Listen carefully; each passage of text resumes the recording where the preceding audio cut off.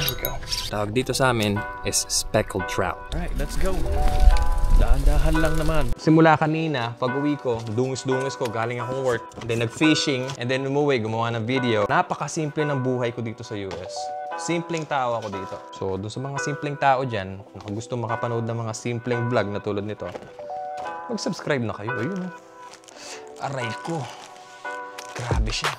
Yo, what is up people? Kamusta kayo mga herb? Nakita nyo na naman ang pagmumukha ko. Ayan na po, doon sa mga naghihintay at mga nagtatanong kung bakit hindi ko na ginagawa yung intro ko na to. Dati kasi, nung lagi ko ginagawa mo kapag ganto-ganto ko, dati yun yung time na, alam mo yun, yung lagi akong maraming views and lagi ako nag-upload.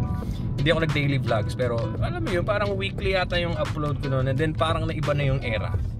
Alam mo yun, na parang mas okay siguro kung hindi na ako mag-i-intro para diretso vlog na lang. Alam mo yun, tira agad. Doon sa mga naghihintay ng intro na yun, there you go. Ayan, you're welcome. So ayun, naisipan ko lang na mag-vlog today. Kakauwi ko lang galing work, and as you guys can see, Hagardo Versosa pa ang pagmumukha natin. Papunta ako sa fishing spot ko. Gusto ko lang mag-relax, gusto mag-fish. And simpleng-simple itong ginagawa ko ng pag-vlog. May gamit akong action camera, which is my DJI Action 5 Pro. By the way, ito ang naging paborito ko na camera. Yung mga GoPro ko, wala na, pinagbibenta ko na. Yung iba, hindi ko alam kung saan na napunta. Because, you know, it's simple. Maganda yung quality niya. Yung mic integration, alam mo yung automatic magko-connect yung wireless mic, wala namang receiver. Gusto ko yun, and napakatagal malobat nito kahit high bitrate pa yung pag-film ko gamit tong camera to. Napakatagal niya malobat. So, ayun, ito lagi yung ginagamit ko na pang vlog, and yung DJI Pocket 3. And update nga pala about sa work, finally pinasahod na kami ng government.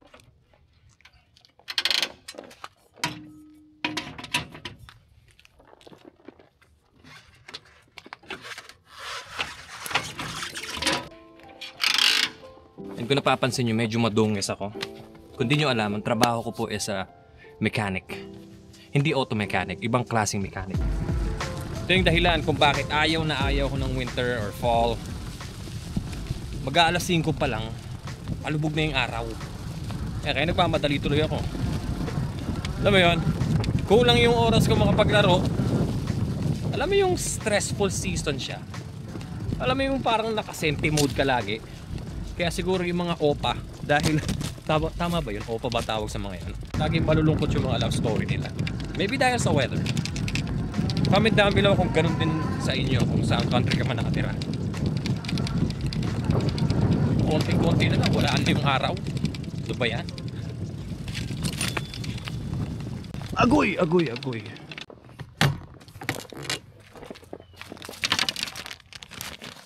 Alam nyo, na-appreciate ko na yung feature nito na natatanggal yung screen. Ayan, pag walang screen, hindi gagana yung motor. So pag may nagnakaw, mahihirapan sila magpedal. Alright, let's go. Huwag ko lang mawawala to. Ayos. Banayad ang katubigan today. Alright, my little spot. Huli tayong isda. First cast.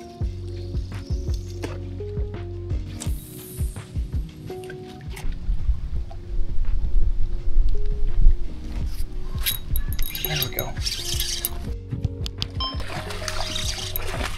Oh, what was it? It's a good trout. That's a good trout. Okay. Nice, solid to ah. Okay, tawag dito sa amin is speckled trout. This is a keeper. That means pwede ko siyang iuwi dahil sakto yung size niya. Maybe 20 inches, 19-20 inches. Yeah, masarap tong kainin, and madalas yung mga Vietnamese ginagawa nila tong fish ball. Pero I'm not keeping fish today. Sarap. Sarap mag-fishing. Goodbye.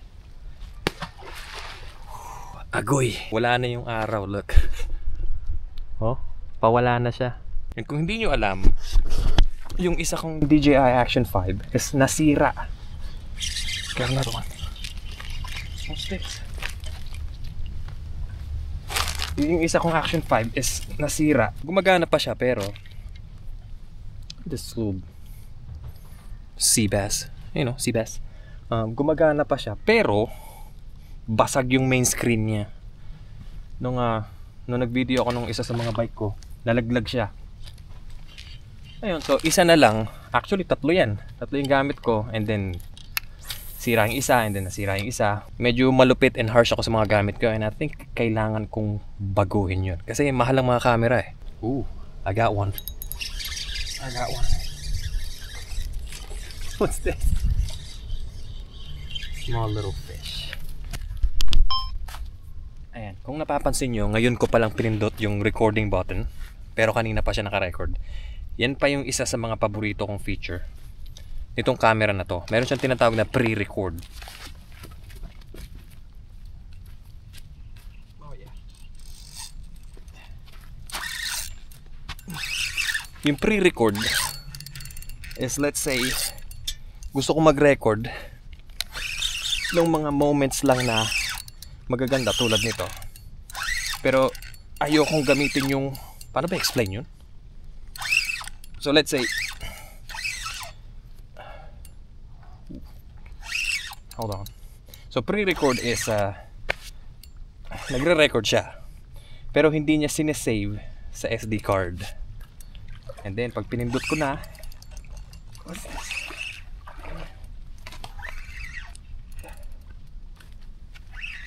Come here, buddy.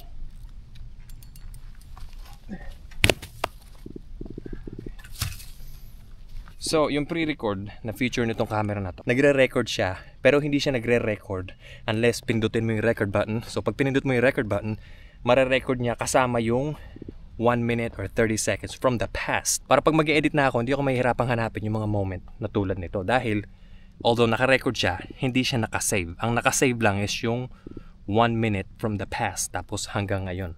Diba? This is a black drum. Come on, drum for them. Yun. Yun.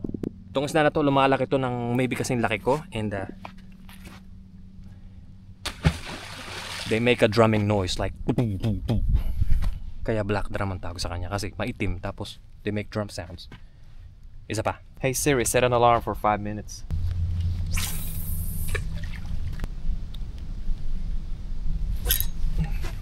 Good one. Good one. Is that a redfish? That's a redfish.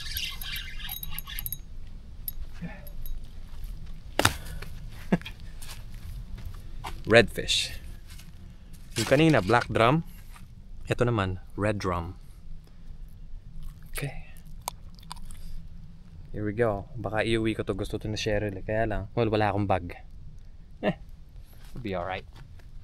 Goodbye. Salamat ka, wala akong dalang cooler. Kaya lagi akong madungis kasi yung mga activities ko outdoors. Kanina galing work, magrasa. Ngayon naman, fishing, malansa. Time is up. Last cast. It was nice. 30 minutes of fishing. Nakahuli ako ng isang redfish. 2 ba o 3 trout. Sea bass. Black drum. And aray ko. Nilalamok na ako. Let's go. Alright, let's go. Dahan-dahan lang naman. Bumblebee. Ano ba dapat pangalan ko dito sa bike na to? Dilaw? Bumblebee? Keso? Ano? Let me know.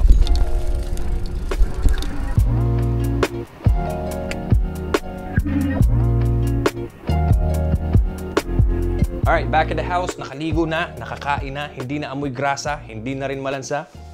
Maybe. And kung napapansin nyo, hindi ako tsaka ngayon dahil gamit ko tong DJI Pocket 3. Kaya gustong gusto ko yung mga DJI cameras ko dahil tingnan nyo, mukha na naman akong tao. Meron akong i-unbox ngayon na gamit para sa bike.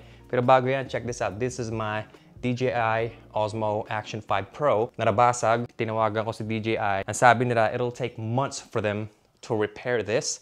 Although gumagana pa naman siya, yung front screen lang yung nagagamit ko. Fully functional pa rin, pero hindi ko to madala sa dagat. Ito yung ginagamit ko sa pagkakaya ko. Ito yung front cam ko. Lalagay ako ng clip dyan para makita nyo. Yeah, it's kind of sad na big company tulad ng DJI is nanganganib na ma-ban dito sa US. Actually, nireturn ko yung drone ko. Bumuli ako ng drone like 2 months ago, 3 months ago maybe. And nireturn ko dahil hindi ako makabili ng insurance. You know, pagka nalaglag yung drone, papalitan nila. No, walang ganun ngayon. So, i-unbox natin yung i-unbox. So kung napapansin nyo, kanina pa ako segue about DJI. A few months ago, nung nabasag ko to, nagbabrowse ako sa Amazon.com kasi kailangan ko talaga ng pangalawang camera dahil dun sa fishing channel ko, meron akong camera dito sa ulo or dito sa chest, and then ito yung front cam ko nga. Yan, so dalawa yung camera na gumagana. And then, ito kahit malayo siya, pag pinindot ko yung mic, magre-record siya. So gustong-gusto ko yung feature niya yun. Napakatagal malobot nitong camera na to. Hindi siya nag-overheat tulad ng GoPro ko. Kahit nung summer na nag-fishing ako, gamit yung kaya ko, birad ako maghapon sa araw, hindi siya nag-overheat. So never siya nag-overheat. So kailangan ko talagang palitan kasi nga gustong-gusto ko talaga mga camera ng DJI. Lalong-lalo na tong Pocket 3. Of course, yung Pocket 3, hindi ko siya madadala sa tubig kasi it's super fragile. May gimbal siya. Pag nabasa siya, wala na, finish na. So, ayun nga, nagbabrowse ako sa Amazon.com kasi kailangan kong nang pamalit nito. Naghanap ako ng maybe may sale. And then meron ako nakitang brand. Ang tawag sa brand ng camera is Extra. Meron silang product na ang tawag is Extra Muse, which is kamukhang-kamukha nitong DJI Pocket 3. And then meron pa silang isang camera, ang tawag is Extra Edge Pro, is kamukhang-kamukha nito. So, ang ginawa ko, ginugol ko yung Extra brand, and then come to find out, yung Extra na brand is DJI. So, nirebrand ng DJI yung sarili niyang brand para makaiwas sa tariff ng US. So, yung mga ganito na ang tatak is Extra, mas mura siya sa DJI Action 5 kasi I think this is $350 and yung isang version nito, which is the exact same thing, is only like $250. Itong DJI Pocket 3 na gamit ko ngayon, nung pumalo yung tariff dito sa US, ang combo package nitong camera ko na to, instead of $699, naging $1,000. Binili sa akin to ni Cheryl for like $669. Ngayon, nasa 1,100 na yata, plus tax and everything. So, may ginawa ako.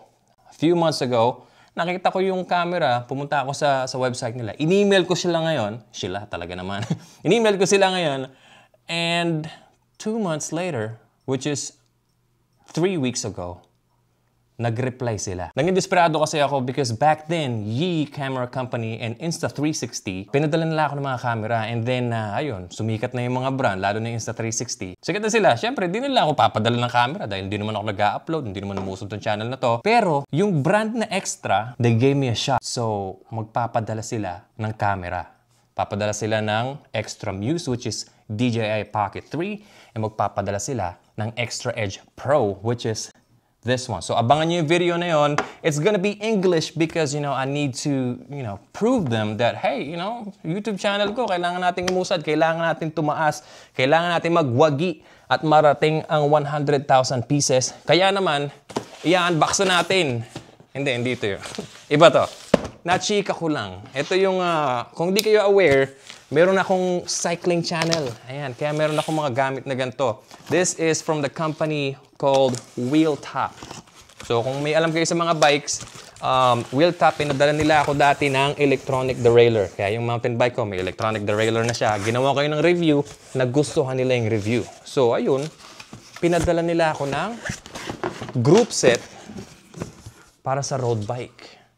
I don't need to make a review about this. Kumbaga parang natuwa lang sila, hey, gusto mong gawa ng video to? Let us know.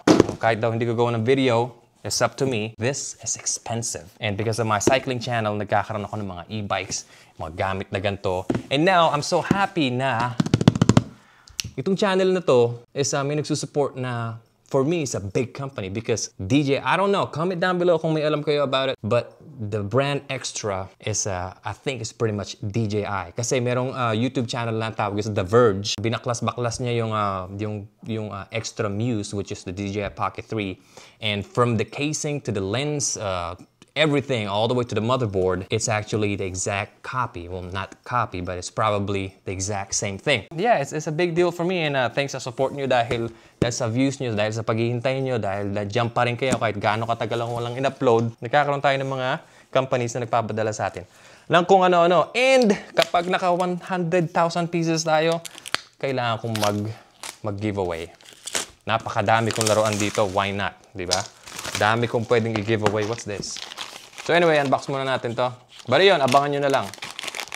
Uy, wow. May bleeder pa siya. Kung nagbabike ka, alam mo to. Ayos to ha. Okay. Unbox na natin to, Shempered. So ayun, naichika ko lang. And kung napapansin nyo ngayon, Simula kanina, pag uwi ko, dungis-dungis ko, galing akong work. You know. And then nag-fishing. And then umuwi, gumawa ng video. Napakasimple ng buhay ko dito sa US. Simpleng tao ako dito. So, dun sa mga simpleng tao dyan, na gusto makapanood ng mga simpleng vlog na tulad nito, mag-subscribe na kayo. Ayun, oh. Aray ko. Grabe siya. Hold on. Alam mo, minsan pagka nakakatanggap ako ng mga ganito, parang nare-realize ko na, bakit hindi ko galingan? Ayun, may mga company na nagpapadala sa akin ng ganito.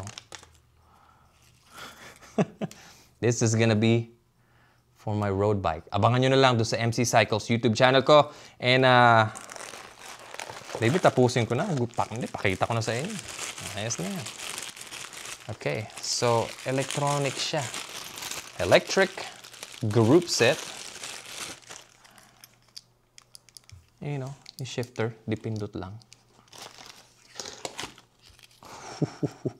I guess, panoorin nyo na lang tuloy sa cycling channel ko. And salamat kung nandito ka pa, hindi ka nag-skip or hindi ka umalis. Maraming salamat. And pamalita nyo sa mga tropa nyo na kapag na-hit natin ang 100,000 subscribers, kailangan natin talagang mag-giveaway. So, yeah, I guess that's about it. Don't forget to like, comment, and subscribe. At lagi nyo tatandaan mga herp, love, peace, and happiness lang. I will see you guys in my next video. Peace.